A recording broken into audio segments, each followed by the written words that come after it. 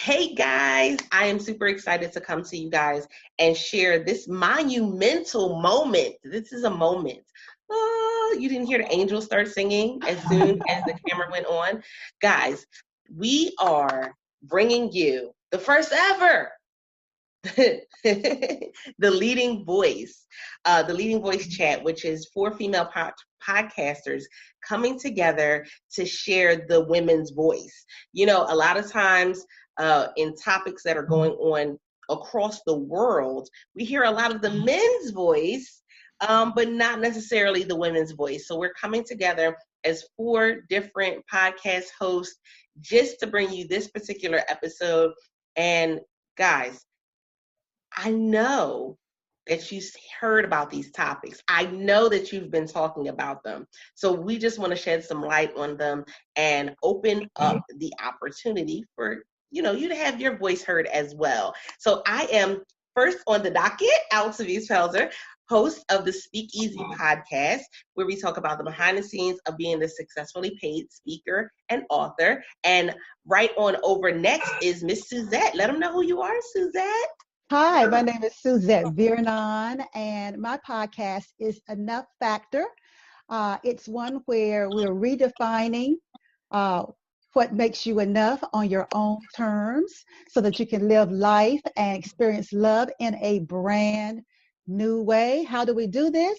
We amplify your voice, your value, and your vision.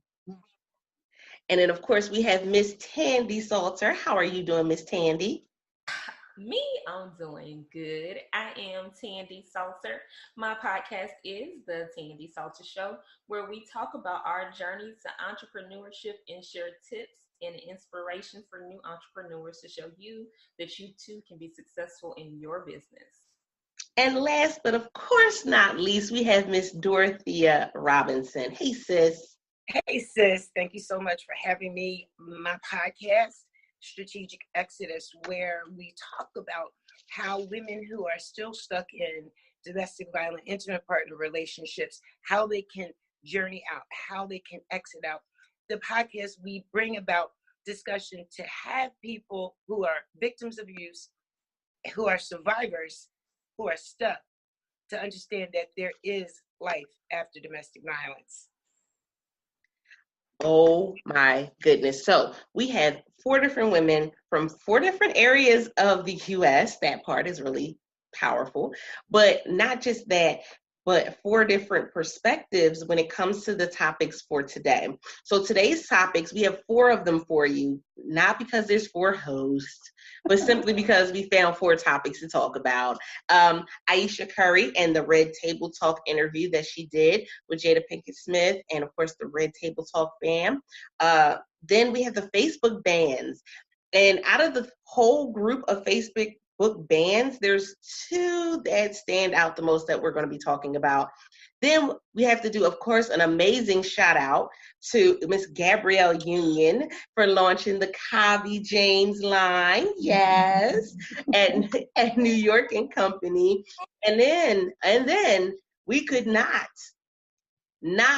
come to you as the leading voice chat and not bring you the information concerning the new laws around abortion and miscarriage down in Georgia. I say down in Georgia for me, but you'll hear from Tandy, who's actually in Georgia. So it's down there for me, but it's right where she is. It's home for her. So with that being said, let's get started on this first topic and talking about Ayesha Curry and her bravery of talking about, first of all, them talking about anxiety, which we all as women know is very real, but not necessarily something that's been talked about in our families or talked about in our communities, and definitely not talked about when it comes to celebrities.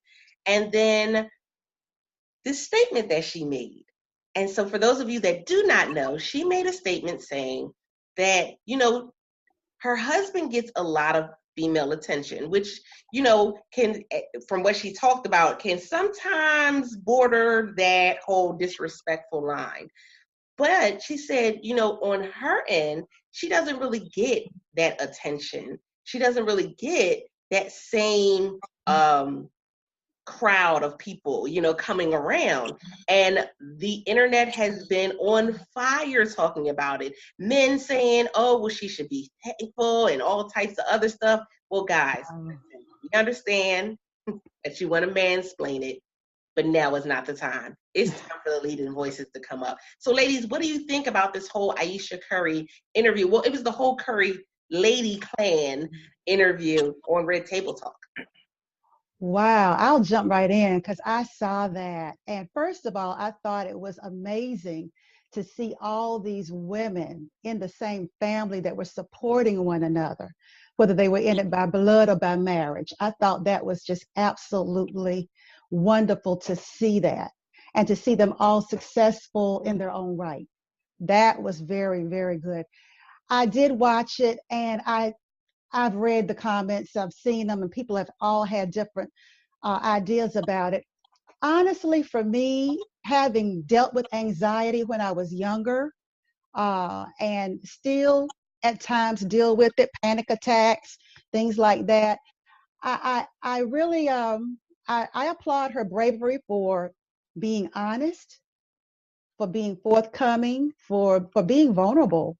And I also think when you fall in love with somebody, at that time you really see all the good, because most of it is you're dating together, and you might have some ideas. They might tell you what life with them will be like. They may tell you, but it's another thing to experience it. And sometimes we think, oh, it'll be fine. We're in love. It'll be fine. I'm secure. Everything's right. Then it happens over and over and over. And it sounded like to me, this is becoming something that's regular. And I can understand feeling overwhelmed by people pushing past you to get to your husband. Women, I told somebody when they were saying something, I said, this is the thing. Women know women. Just like men know men, women know women. And how many of you have been around men that didn't see it, but you saw somebody was pushing up on them, or you saw somebody was flirting with them, or you saw that somebody was in their face for the wrong reasons, and the guy is like, duh. He didn't see a doggone thing. And you're thinking, what is wrong with you? Well, it wasn't that bad. No, haven't we seen that?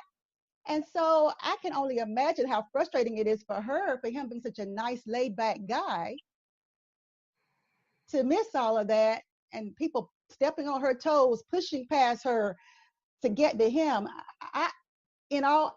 For what I'm saying, I think she was very brave to state her truth, whether I agree with it or not, because I'm not in her situation. So that's my 2 cents. I applauded her as well. I thought she was vulnerable. She was genuine. She was honest. She came from a place of, this is me. These are the things that I'm dealing with. And she did it in the place where she was comfortable. Even though there were cameras, even though Jada was there and there were other people there, she was able to voice that amongst the matriarch and her sisters and sister-in-law. She felt comfortable. I'm glad that she did it. I came from a relationship where my ex, my abuser, very handsome, Ford modeling. That's how handsome this man was.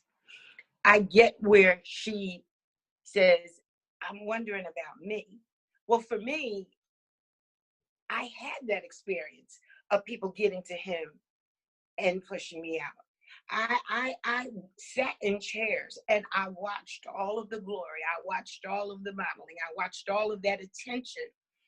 And you do begin to say, okay, well, what's wrong with me? I'm not getting that attention. So I understood exactly where she came from.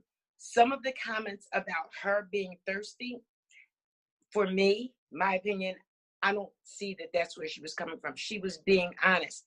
And as she was talking, I had to sit and think, well, here she does have her own, she's a chef, has a great career outside of her husband.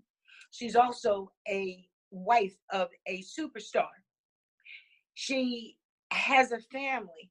And so sometimes in the midst of all of that, when you're busy doing busy things, you don't get attention.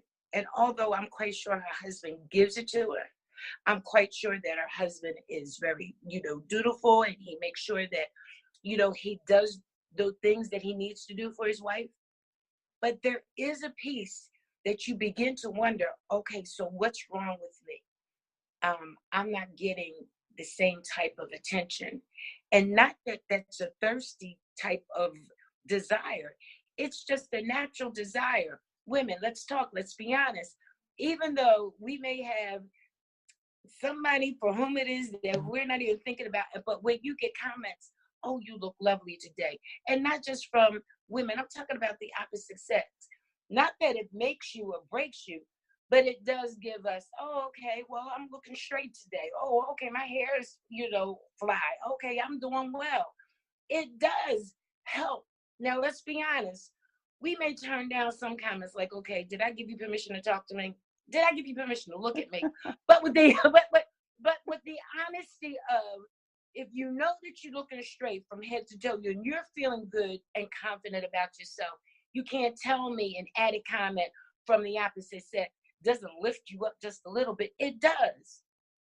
That's just my 2 cents. It's so true, though. A lot of times we get into that mindset that, I guess there's this behind the scenes talk about, oh, I don't need nobody to tell me how good I am, and I know I'm amazing, and I woke up like this. Well, no, boo, you didn't, because you had to put something on the head. Yes. You had to put something on the face. You didn't wake up like that. It's I understand. Now you can wake up with your self-confidence, but you still want to have somebody that says, oh my goodness, you're beautiful, you're amazing. And not necessarily them saying it because they want to sleep with you, but them acknowledging, hey, you put in some work and I see you. Mm-hmm. Mm-hmm. Exactly. You want someone to recognize your hard work and what you've done for yourself, and not necessarily just I want to sleep with you or I want to be with you. It's so that you get that extra confidence boost. Everyone loves a little boost of their confidence to go to the next level. And though you may already be confident, just hearing it from someone else makes a world of difference. And at the same time, on the other side of that, the introvert in me is like, I don't want that attention. Leave me alone.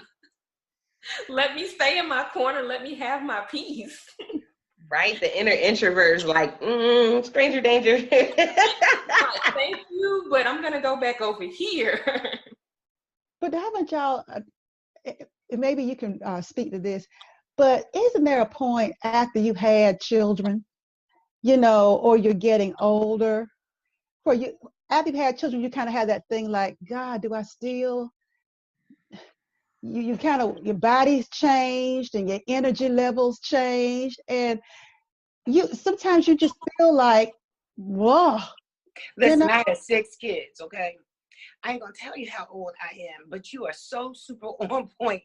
Listen, you deal with things within yourself about your own body image, because what used to go north is going south, and going west, east, south, west. All of that is spreading all around the world, and you're trying to, put it in and make it straight and all of that, and you're doing it not necessarily for, again, the compliments of somebody else. The self-image, how you feel about yourself. Whatever you do is what you do for you. However, it is nice. It is absolutely nice to get a compliment. It does lift and boost you just a little bit. So I get where, Ayesha, when she was talking about, I was right there. I totally understand about somebody getting all of the attention and you getting none. The opposite was for me. I was 416 pounds.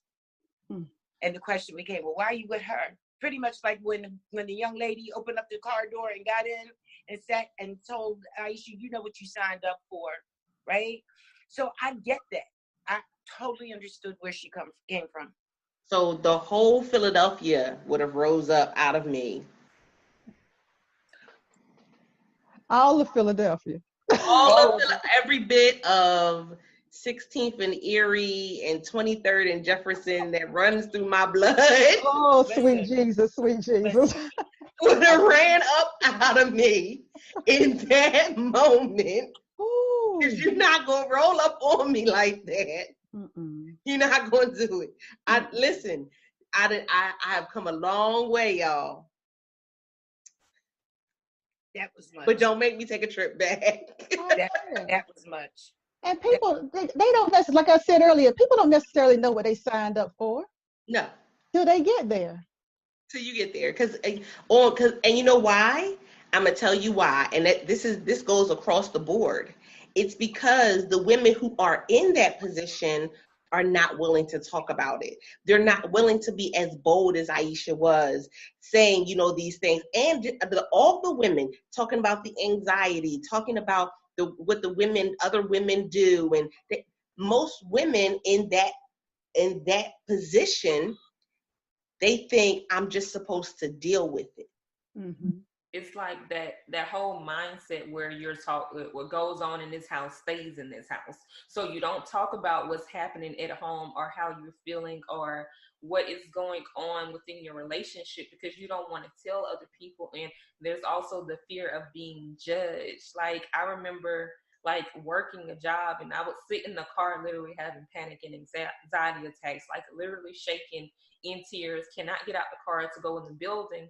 And I was too afraid for a long time to tell people about it, too afraid to tell people that I have to take this medication every day, otherwise I can't go to work. Mm. It was so stressful, and to hear other people talk about it, it's encouraging to know, okay, I'm not alone. There are other women who deal with anxiety. There are other women who deal with depression and have panic attacks. And I think that's where she was so brave in sharing her story, and it's empowering other women to hear that, because someone was probably getting ready to commit suicide because of those feelings. But now that they know that they're not alone, they live in another day. Yeah, As and I'm you gonna say, were talking, I was thinking about the rejection. How many women in those positions and positions like that are sitting and feeling already, as Ayesha was, I'm feeling anxiety, dealing with anxiety. And then I'm having these feelings like, what's wrong with me? And so I'm wondering about the rejection. If I said anything regarding how I feel, would I be rejected amongst many other of the women who are, basketball wives? Would I be welcome to be able to voice my opinion? That's why I was so super excited when she was brave enough to be able to sit in comfortability amongst her family, those who love her, to be able to say, hey, this is what I'm dealing with. I just believe about the rejection. So if I say that I have these issues going on, am I going to be accepted? Is he going to accept what it is that I'm saying? And would the rest of the wives or the clique or the club, or would I be accepted and or rejected? So maybe, just maybe, it's better for me to be quiet. Mm. And then I also know too that the day-to-day of being married is not sexy. Because people like, oh God, they see the house, they see the HD enhanced, they see her husband, and they see her stirring like the Black Martha Stewart, they see all that, and they think, wow, must be cool to be them. But y'all know, as much as I love my husband, he's the best thing since sliced bread with peanut butter and jelly on it. But day-to-day issues, family, children, cooking, what am I going to have tonight, dear? Dealing with the day-to-day ain't sexy. It really is not. And so I think it's great for her to speak up, because probably, like you said, a lot of these basketball wives probably were like, girl, thank you so much. Because it's not all that. Think about what it's like to be home and your husband is during playoff season and doing all these things, he's away.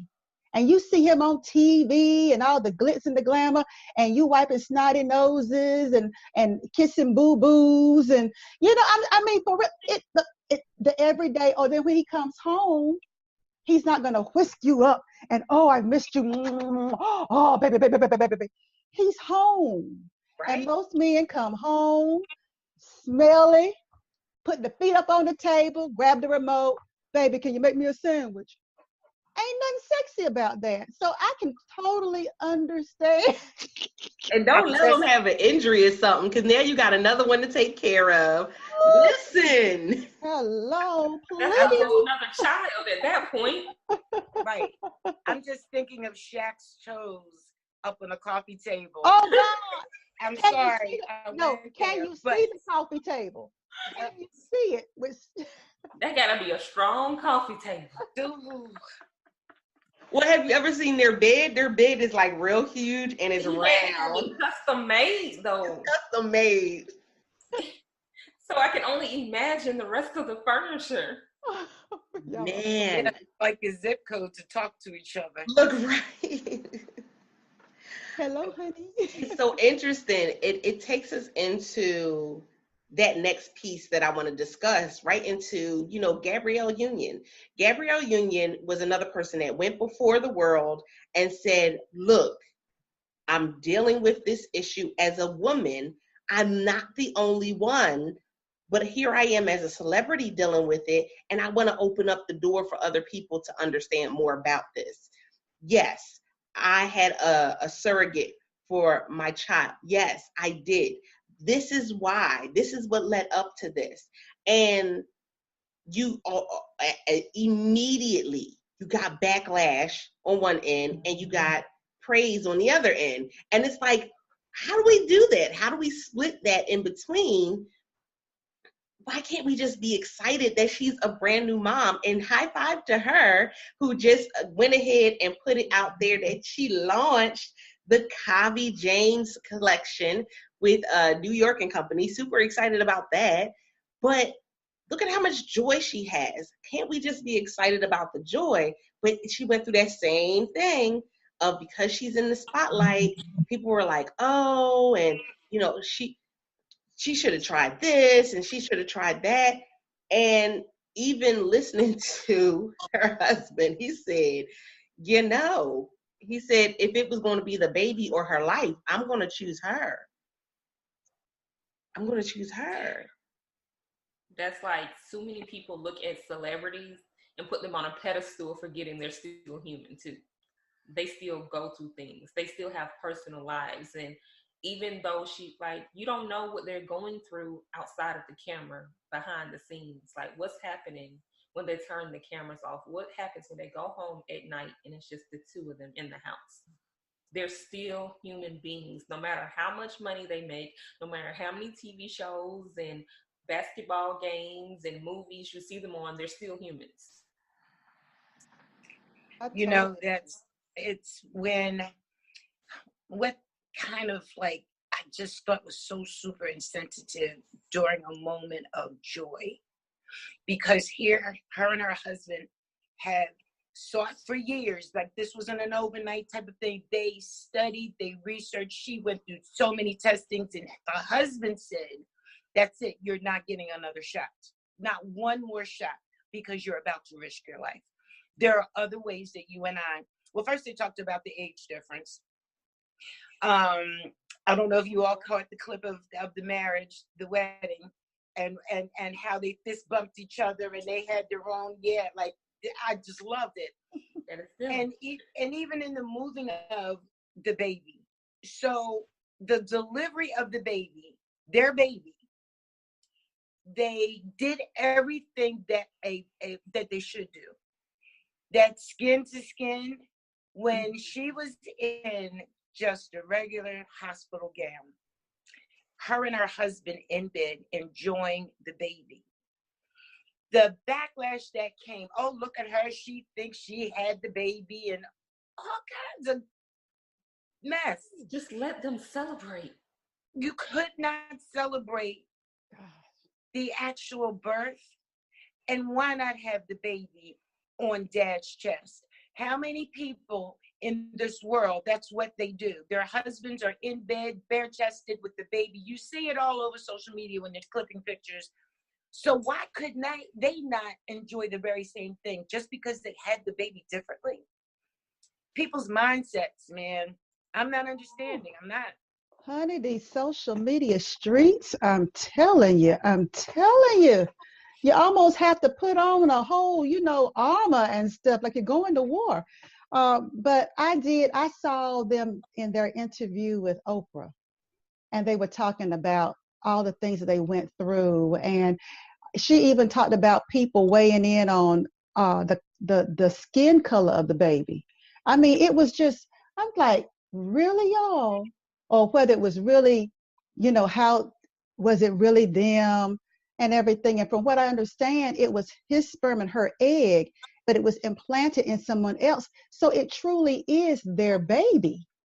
It truly is their baby, whether the baby is light, dark, pink, or polka dot. It's their baby, right? And I agree with you. I marvel, and I'm using that loosely because it's really horrified, but I'll just say I marvel. I marvel at how people think that because they're anonymous or because they're on social media, they get to have an opinion about your life. I marvel at that. That just, I'm just like, really, y'all? You kind of created these social media gangsters. Exactly. Social media gangbangers that are they tapping away at the keys. Take that. Take a moment that's supposed to be meant for joy and celebration and pervert it. And I'll tell you this, a lot of times if I'm going to say something controversial on my page, I will say, I definitely reserve the right to block and delete.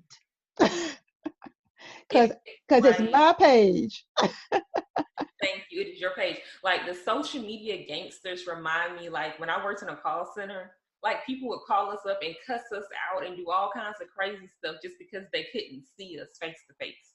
And the social media reminds me of the same thing. It's like, instead of hiding behind the phone, they're hiding behind their keyboards. Well, maybe they are hiding from their phone because of the app, but it's like they're hiding and know that no one can, like, definitely get to them directly at that point. It's like, oh, I can say whatever I want because you can't see my face for real. You don't know where I live, but that still doesn't give you a reason or an excuse to belittle someone or to comment in on someone's life if you don't know the backstory, if you don't understand their struggles, and try to ruin a moment of celebration for them. For real. I was so happy to see their unity, their strength in one another, their love for each other was just poured out in that interview.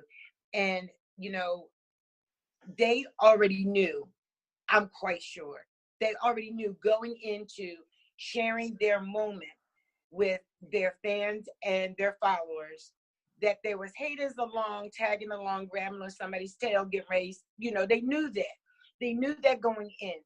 And I'm quite sure that they had that discussion before. Okay, so we're going to get this, but here we are.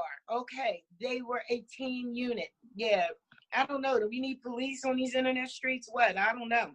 Look. Now you just said that and took us right into that next topic. Look.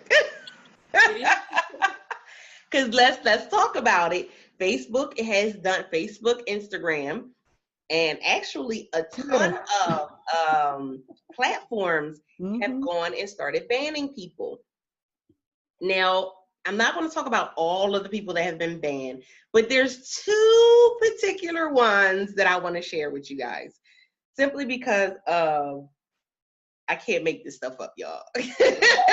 It's like when you think about it, if you were going and reading this, you would be like, this sounds like a new hit Netflix show. That's what it sounds like. The Band. I think that's the name of the show. The Band. New show. Watch. Keep watching. Somebody's gonna make it documentary.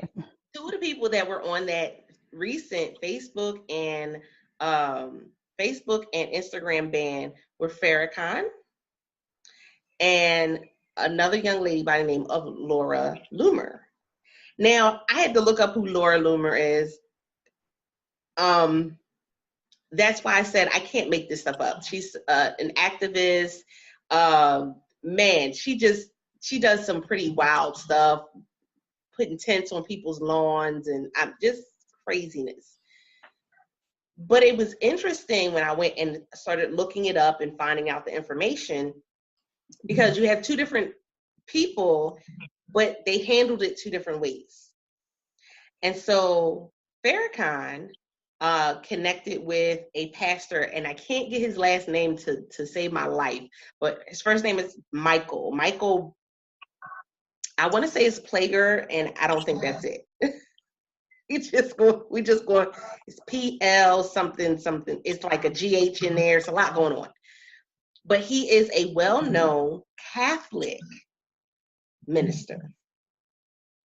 And he opened up his doors to his church and allowed Farrakhan to come in and do a message there in the Catholic Church. So immediately, all eyes was open, right? Because we're like, wait a minute. Ooh. Talk about a crossover. Yeah, talk about a crossover. Wait a minute. There's a lot there going on. Ooh. He spoke to, you know, the relationship between African Americans and Caucasians. He spoke to the ban on their voice, you know, on social media. He spoke to a couple different topics, and certain people went and live streamed it on Facebook, which at this exact moment, I have not seen them get, you know, disbarred or deleted. So, but it was just interesting how you had two prominent people from two different walks come together to stand together against the Facebook ban and the Instagram ban. And then you have Laura Loomer. So Laura Loomer went to Facebook's headquarters and acted a fool. And I can't describe it in any other way or form. Like, she acted a fool. It was maybe like 15 minutes of just her ranting. Why? Police were called. She wasn't dragged out of there.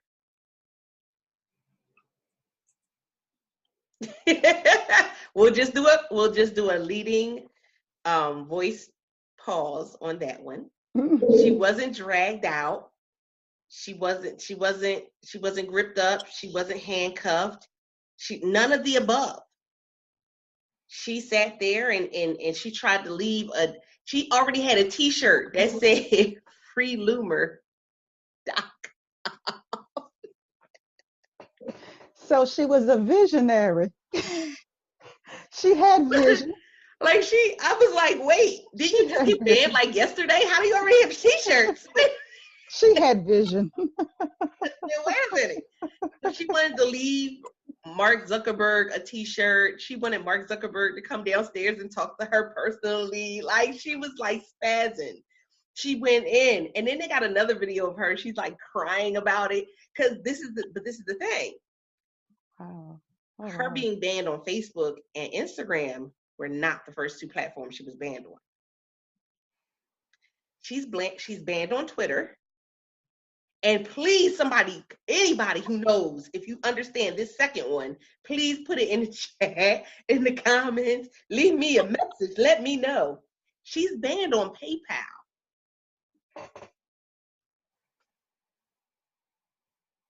That's another one of them leading voice pauses. How do you get banned on PayPal? Oh, well. Okay. You have to really be out there for them to. I'm getting ready to say, what you do? What kind of stuff did you do? So, and like I said, she's an activist. She does all types of stuff, but it was just like, wow. So we're in an interesting time, because with that whole thing between, you know, Mark being in front of the big wigs, right? But he was not the only platform leader that was in front of the bigwigs. Twitter was there. All of the other ones were there as well. They just weren't as publicized as Mark's, because Mark is what? An agent of change. He's the catalyst. And you come for the head, everybody else falls in line. Right. And so that's what it's been. You've seen everybody start to kind of fall in line when they see what's been going on. But I mean, she was ranting and raving. Like, she was like Trump, you need to have him take off the ban. Trump? Now you talking to Trump? Wait, pause. So not only are you waiting for Mark to come down to talk to you, but now you can go talk to Trump personally, let him know that he needs to help lift the ban. She needs a one-on-one session with the President of the United States because she got banned from Facebook and Instagram. I said, oh. Maybe she felt like he could pull strings because he hasn't been banned on Twitter. Maybe she thinks that, did I go there? I'm sorry. No, I'm not. I ain't even sorry. Wait about this. So so he's still on Twitter, but she had to do some stuff outside and she has. If you go and look her up, she's put tents and put up tents on people's lawns. I mean, like, that's governors and stuff, like people. Like, first of all, how was you able to do that? Yeah, that's kind of trespassing. That's kind of, and that was the other thing. That's kind of trespassing. That's kind of illegal. Kind of. And then when she was in this video and she's at Facebook headquarters, I'm sitting in the whole time that she's sitting there at least 5-10 minutes. She's talking to the police. This is calm and would not leave. And they are calm. Like, I watched the police and they were like calm, just like, well, ma'am. They were calm and like patient, like they were waiting on her to make a decision to leave. Then the guy that was with her recording, he's like, "Are you with her? Are you with her?" Because the same thing was for you. What did he say? I'm doing my job, or I'm just doing my job. He said, I'm the PR agent. He said, I'm just collecting a check. I'm just here to get my check. That's all I'm here for. And she got escorted. She was able to walk off, mouthing off, and even like stop at the edge, still on property, filming and just ranting and raving. It was painful to watch. Exactly. I was like, how people, how was she able to be there that long? How play? And still talk back. I don't get it. Yeah, we're not going to talk about what would happen if other people did that, but and immediately that's where I thought. But then, like I said, we have on the other side, Farrakhan was able to do his message at this Catholic church. That's called finding a way. It's like you look at it and you're like, okay, I don't know what she had going on. I don't know. Maybe she didn't have her coffee that morning. No, she had too much coffee. She was drinking Red Bulls. Yeah, that's what I was gonna say, Doctor. If she had your Red Bull, she had the Red on Bulls. an empty stomach. Yeah, right. So for me, if I'm mistaken, please correct me if I'm wrong. I believe the pastor invited Farrakhan. Yes, he did. Because his opinion was this. I feel a certain way and I am inviting you here so that you can go this way. Now, I have not watched it, but just the invitation of it all, I thought that it was much more graceful. Yeah. It was creativity. We have both creativities on both either ends of the spectrum. Both of them were creative. One, I think it was more ranting. However, just the invitation of what it is that I know, the fact that he was invited, the fact that it happened, the fact that there was an invitation at all is amazing to me. Mm-hmm. I'm enjoying that. Mm-hmm. I'm enjoying that sense of creativity. There was nobody dragged out from. Didn't hear any bad thing about people being pulled from. Right. No negativity. I don't know how. I haven't checked to see how many people were there, but it looked like it was pretty crowded. It was pretty full. Right, and it was well organized. Mm-hmm. It went forth without a hitch.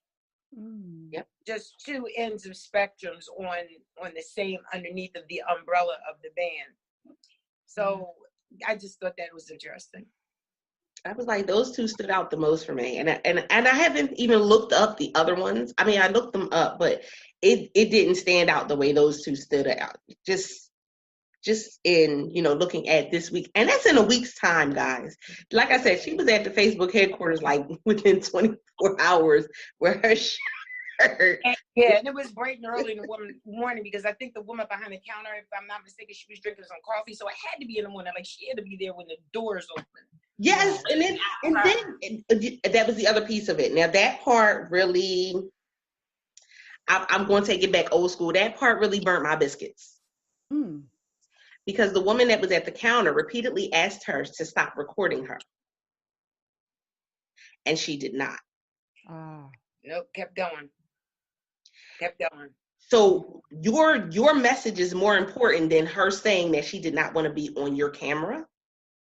That's why she's banned, because she doesn't respect people's privacy and all kind of stuff. Boundary. Problem.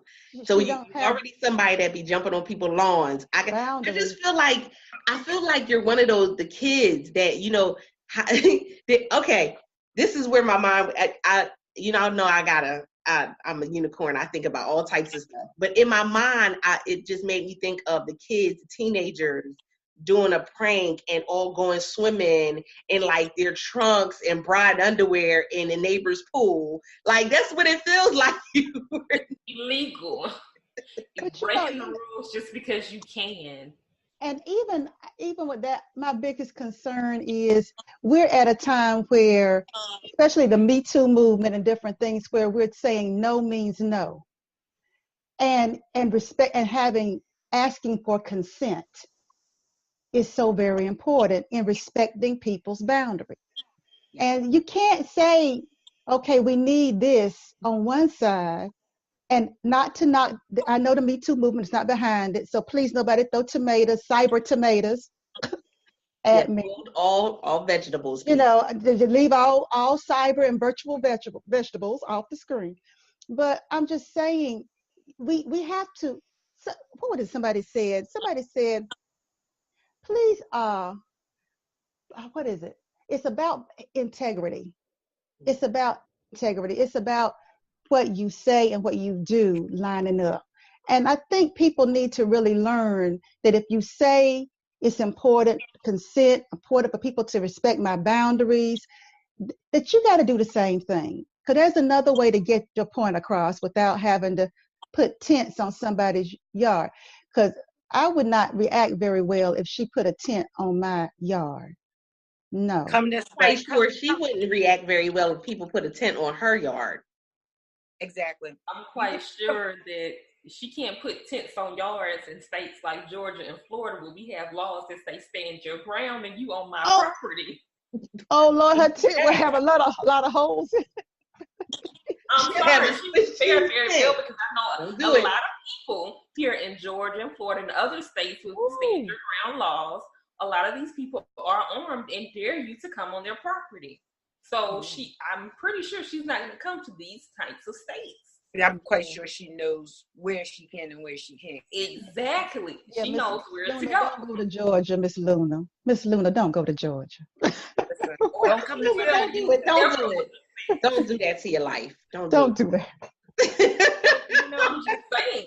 Because I know people where her tent will not survive. I'm sorry. They will not. Even the cameraman. Even the camera. Him too. Step 1 foot in their yard and it's trouble. And that's it. Wow. So I was just thinking, when you're saying that, so, here Miss Loomer has her ideas and her workings and how she does things. My way, highway, my way, highway. Both people were banned for whatever reasons they were banned. But one who has been, both have been controversial. Both have their unique way of speaking. Both were creative. But what was expected from one and expected of the other, the total opposite happened. Isn't that ironic? The total opposite happened. Exactly. Where forgive me, slid in the back door. And I know in the climate of the Catholic Church and the stuff that they've been going through. Sorry. Miss So, Dorothy. again, no tomatoes, no zucchini, because the zucchini hurt. Don't throw nothing. Don't Don't throw a cyber zucchini at Miss There Dorothy. you go. No, just don't do it. But, one came through the back door, so to speak, with an invitation. I'm asking you to step on my property. I'm giving you permission to come here, to voice your opinion, to say what it is that you need to say. And the other was like, oh, forget it. I'm doing what I'm doing. I'm sitting here. Here's this, here's that. I want to make note that she really filmed the back of the wall behind the woman at the counter, specifically taking pictures and making note of, there was one sign that says, we take care of, or we look at, or we protect, or we should pay attention to. And there were a list of different cultures, I'll say, for whom this note said. And she honed in on that and pointed out, nowhere am I on there, and where am my category or my culture is in this group. Look at Facebook. I mean, she really, really strategically in her mind designed that whole event. She dug her heels on that one. Yes, she dug her heels into that and talked about the cultures that were not represented on the sign. But that's it. So completely wrong in that, because who are the founders of Facebook? She's talking about they're not represented based on the sign, but who are the founders of Facebook? Yeah. Who are the board members at Facebook right now? Yep. That part. Exactly. Oh my goodness. Woo, y'all is on fire today. Okay, so we're going to do this final topic, and then, because we're going to let the people go, we're not going to hold them all day, because we can talk all day. We're going to have to do this again. You guys let us know when you're ready to see this happen again, when you're ready for that next leading voice chat. Just, go and put some stuff in the comments, leave a review, say, hey, y'all need this at least once a month or something. Let us know. And if you are a female podcaster, we would love to have you on. Come on, join the conversation, because it's time for us to have our voices heard. Now, that takes us right into our last topic for today, which is Georgia. Georgia. What is we doing? Georgia, what is we doing? So I'm not even going to introduce this topic. I'm going to let Tandy introduce it. Take it away, Tandy. This past week, the new abortion laws and miscarriage laws went into place, where abortion is illegal after 6 weeks. They did add the exception for rapes, but I've seen so many discussions on the topic and so many comments, and I'm like, oh my gosh, I don't understand everyone's thinking behind it. And quite frankly, some of it is, if you ask me, it's very insensitive. When you think about a woman and all she goes through and the reason she may consider an abortion, or when she goes through rape and molestation and abuse, but you're telling her that she may be in jeopardy if she has an abortion. You're telling her she may go to jail. If she has a miscarriage and someone says it was her fault or she purposely did it, you're saying that she can be arrested for it. And that's like, wait. What about how the woman feels?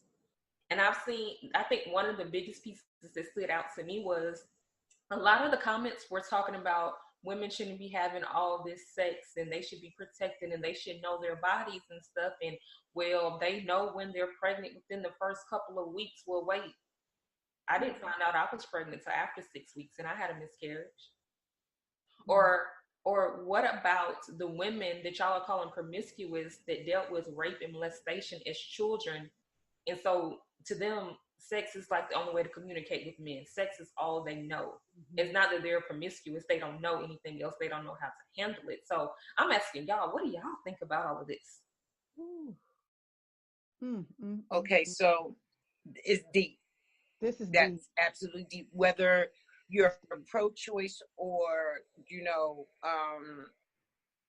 against abortion, you're I'm sorry, my mind is just jumbled because I cannot believe in this day and age that we have the government, and I'm saying it, allowing and making choices and decisions for us. Well, people can argue with me and say, well, they have a choice now to either make sure that if you're going to have abortion, you do it by the 6th week. I was 5 months pregnant before I found out. Wow. 5 months. So there are women out there who, who go to, and this may be the extreme, who go full term and like, oh, I got a pain, and oh, it's a baby.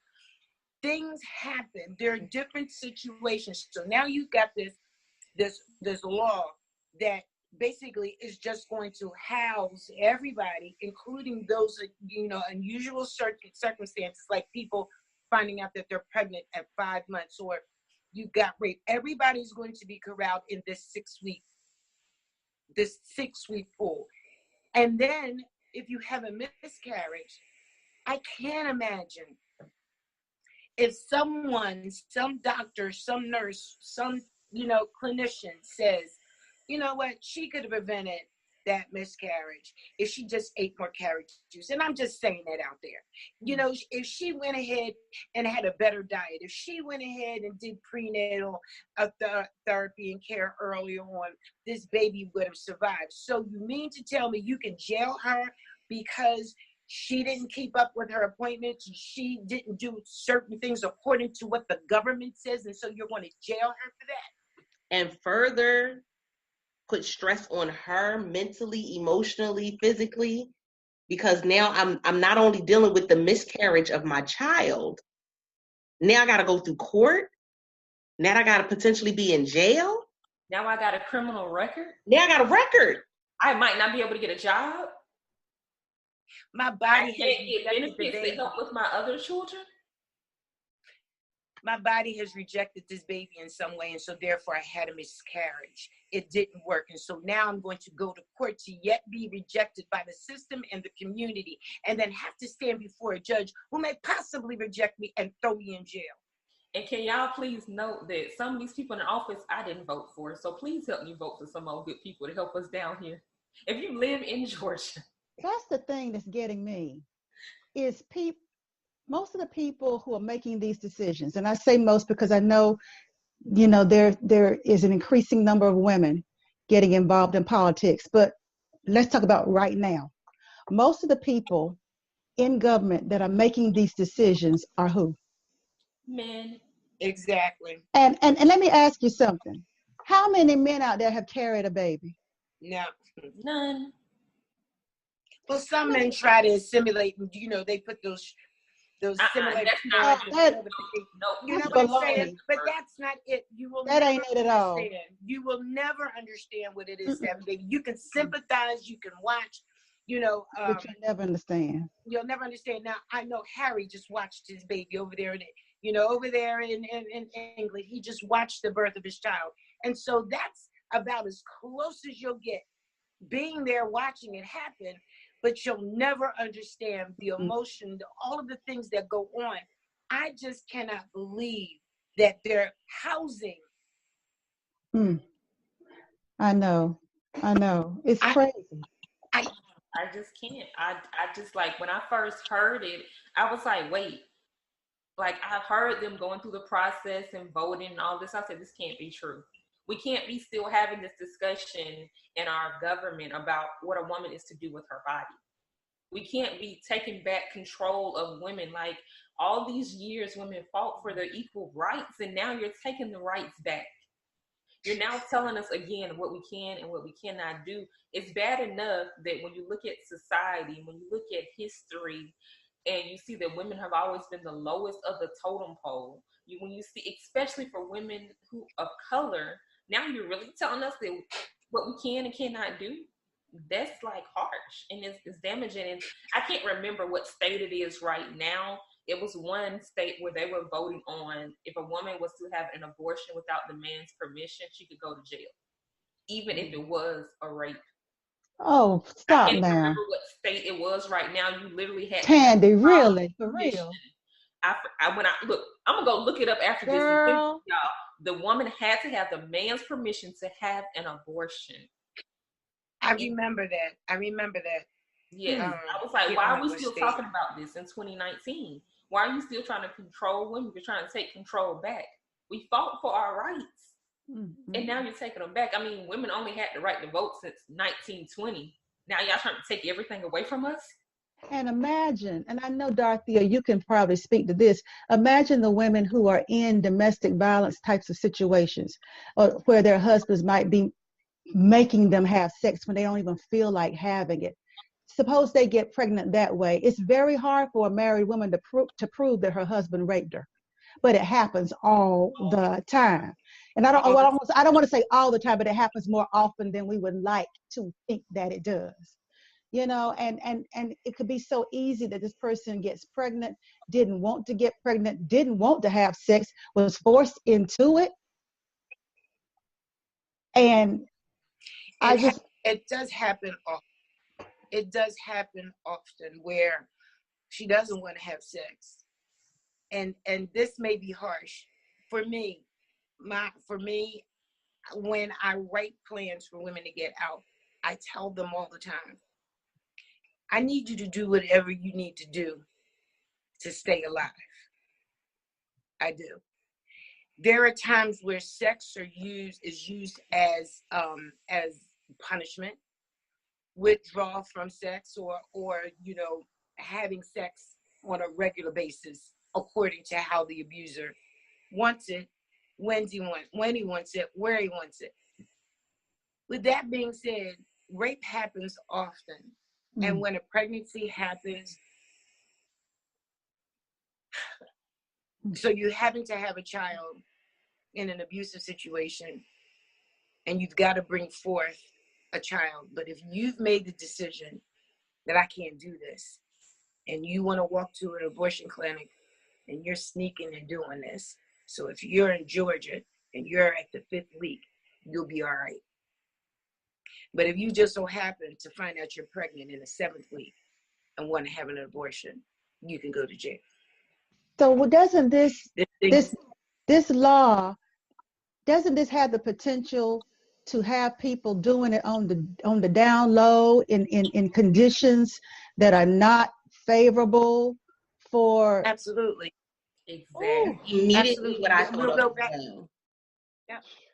Go back to the days of hangers. Oh, Yes, Jesus. it may Take be medicines. for colored girls. Yeah.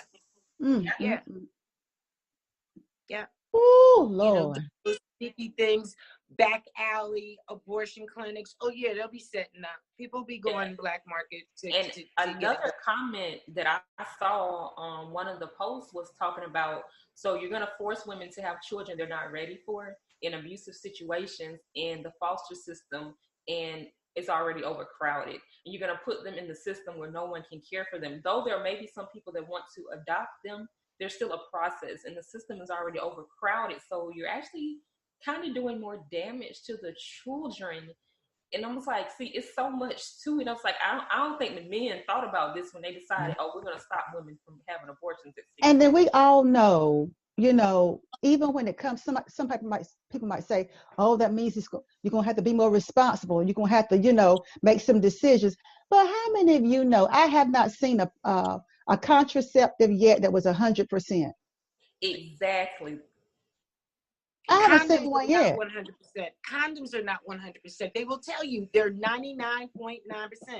Trust me. How many people have you heard or have conversations with who have had? I have a friend that she says, yeah, this is my condom son. She used the condom and she got pregnant. Good Lord. Like, how do you address him that way? But she said, he is. I used the condom and got pregnant. Absolutely. Woo. Oh my goodness, y'all. This has been a phenomenal episode. Epic. Okay, epic.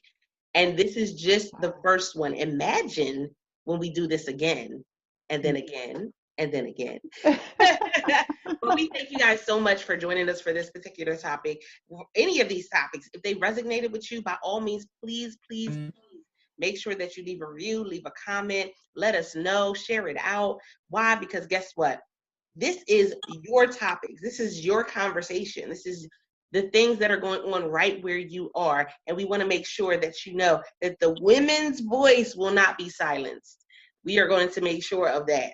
With that being said, we appreciate you guys. Thank you so much. Guys, and until next time, don't forget to press it out. See ya.